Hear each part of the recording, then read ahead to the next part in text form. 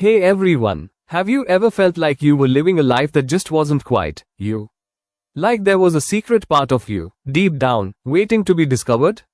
Maybe you felt like a puzzle with a few pieces missing, or like a bird in a cage, even if the cage was very beautiful? Today, we're going to talk about a book that explores just that feeling. It's called The Mermaid Chair by Sue Monk Kidd.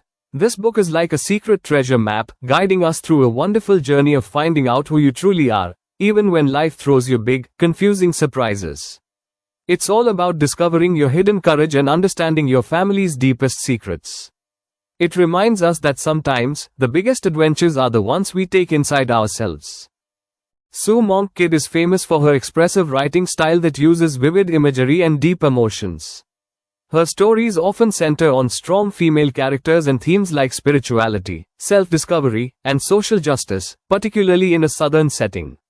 Her debut novel, The Secret Life of Bees, was a major success, remaining on the New York Times bestseller list for over 100 weeks and selling more than 8 million copies. Other well-known works include The Mermaid Chair and The Invention of Wings, where she continues to explore women's identities and empowerment through engaging storytelling. Let's meet the people who make this story so special. First, we have Jessie Sullivan. She's our main character, a woman who is 42 years old and seems to have a perfect life with her husband and daughter. But deep down, she feels a little stuck and restless, like she hasn't done anything that truly takes her breath away. She's an artist, though she hasn't been painting much lately. Then there's Hugh, Jessie's husband. He's a very smart and kind person, like a doctor who helps people with their feelings. He loves Jessie very much and tries to understand her, even when she's going through a difficult time. We also meet Dee, Jessie and Hugh's daughter. She's a playful and observant teenager who sometimes sees things about her mom that others don't, like when she noticed her mom wasn't truly content. And now, the Island family. Nell Dubois is Jessie's mother. She's famously eccentric and has lived on Egret Island her whole life. She's been cooking for the monks at a nearby monastery for many years. She's been through a lot of sadness and acts in very unusual ways. Kat is Jessie's godmother and Nell's best friend. She's spirited, feisty, and super loyal, always looking out for Nell, even when it's hard. Hepzibah is another dear friend of Nell and Kat, and she's a wise, culture keeper, who knows ancient stories in a special language called Gulla, which was created by African American descendants of slaves. And finally, there's Brother Thomas, whose real name is Whit. He's a kind and thoughtful monk at the monastery. He used to be a lawyer, but he decided to join the monastery after a big sadness in his life. Our story unfolds on Egret Island, a tiny, beautiful island off the coast of South Carolina. Imagine marsh grass stretching out, the fresh smell of the ocean, and a peaceful monastery where monks live and pray. It's a place that feels both magical and a little bit cut off from the rest of the world, because there's no bridge connecting it to the mainland. Jessie grew up here, but she left when she was young, trying to forget its secrets and the sadness she felt. The core idea of the story begins when Jessie's mom, Nell, does something very surprising and concerning. She cuts off her own finger. This shocking event pulls Jessie back to the island and sets her on a journey to figure out why her mother did this and what old family secrets are hiding beneath the surface. It's like a mystery that Jessie needs to solve, not just for her mom, but for herself too. Let's dive into the story's journey, which is like a big adventure with twists and turns, full of unexpected discoveries. Our story begins with Jessie feeling a quiet unhappiness in her seemingly perfect life. She's a mom and a wife, but she feels like a part of her is missing, like she's not truly surprising herself anymore. Then, very early one morning, the phone rings. It's a call from Egret Island, and the news is shocking. Her mother, Nell, has done something very unusual and has hurt herself by cutting off her finger. Jessie knows she has to go back to the island, even though it brings back old, sad memories and she hasn't visited in a long time. Jessie has carried a big secret sadness since she was a little girl. She thought she was responsible for her father's death many years ago. She believed a pipe she gave him caused his boat to explode. This secret blame has weighed heavily on her. When Jessie gets to the island, she finds her mother quiet and withdrawn. She also meets a kind monk named Brother Thomas, whose real name is Whit, at the monastery. Jessie feels an unexpected, special connection with him, like a new part of herself is waking up and feeling truly alive for the first time in a long time.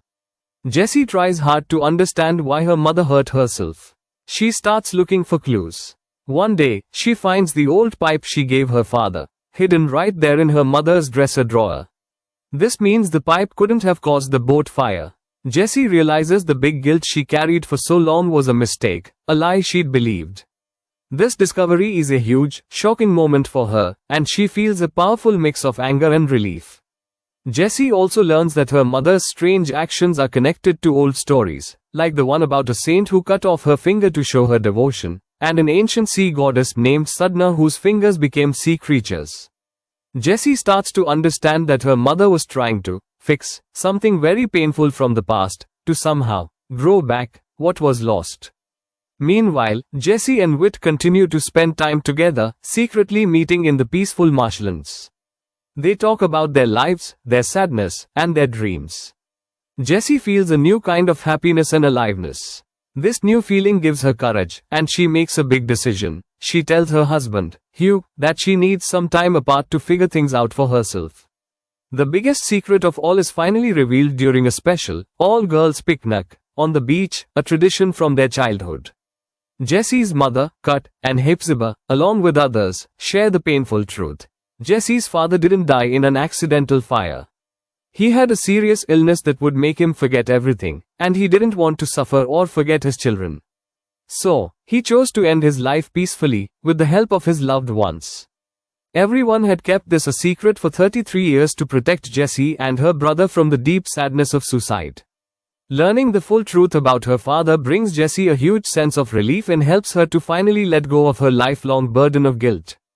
She starts to paint again, creating pictures of women diving into water, which shows how she is plunging into her own true self, embracing change.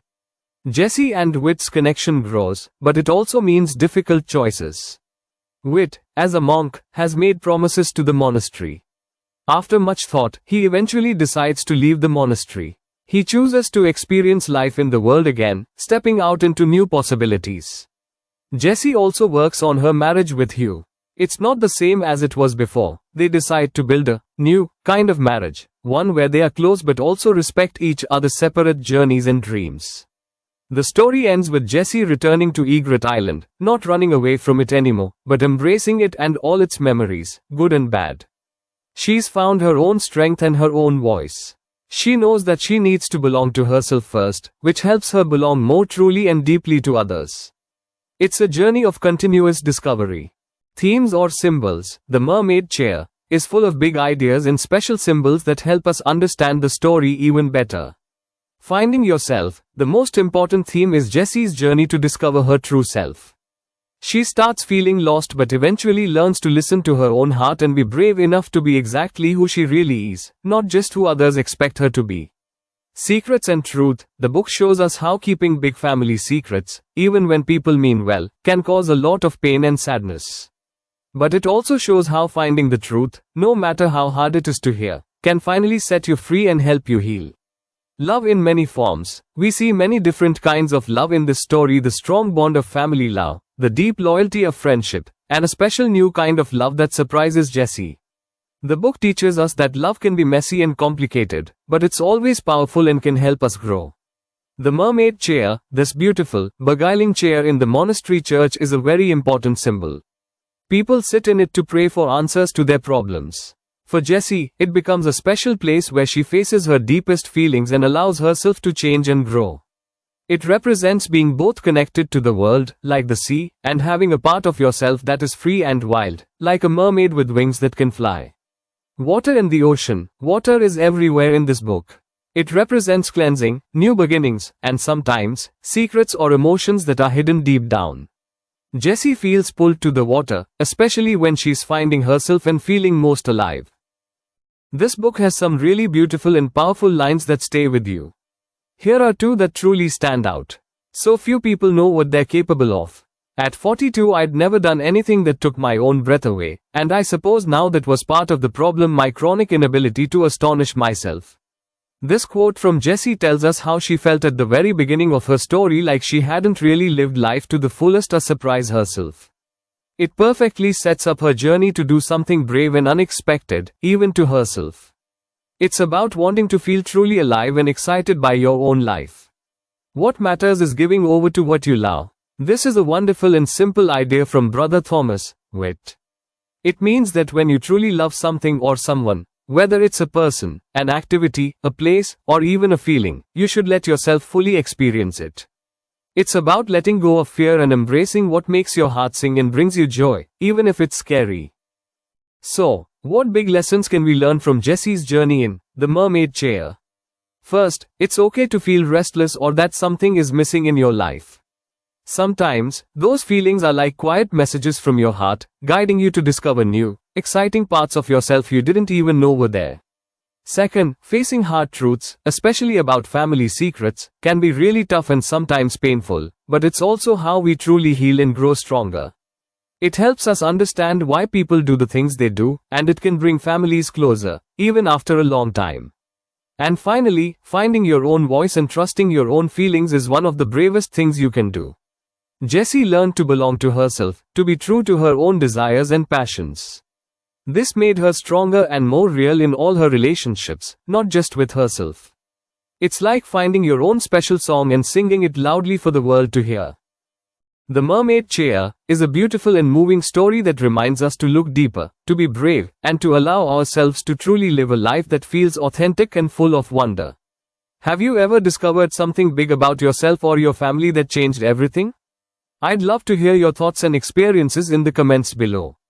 What was a big discovery you made about yourself?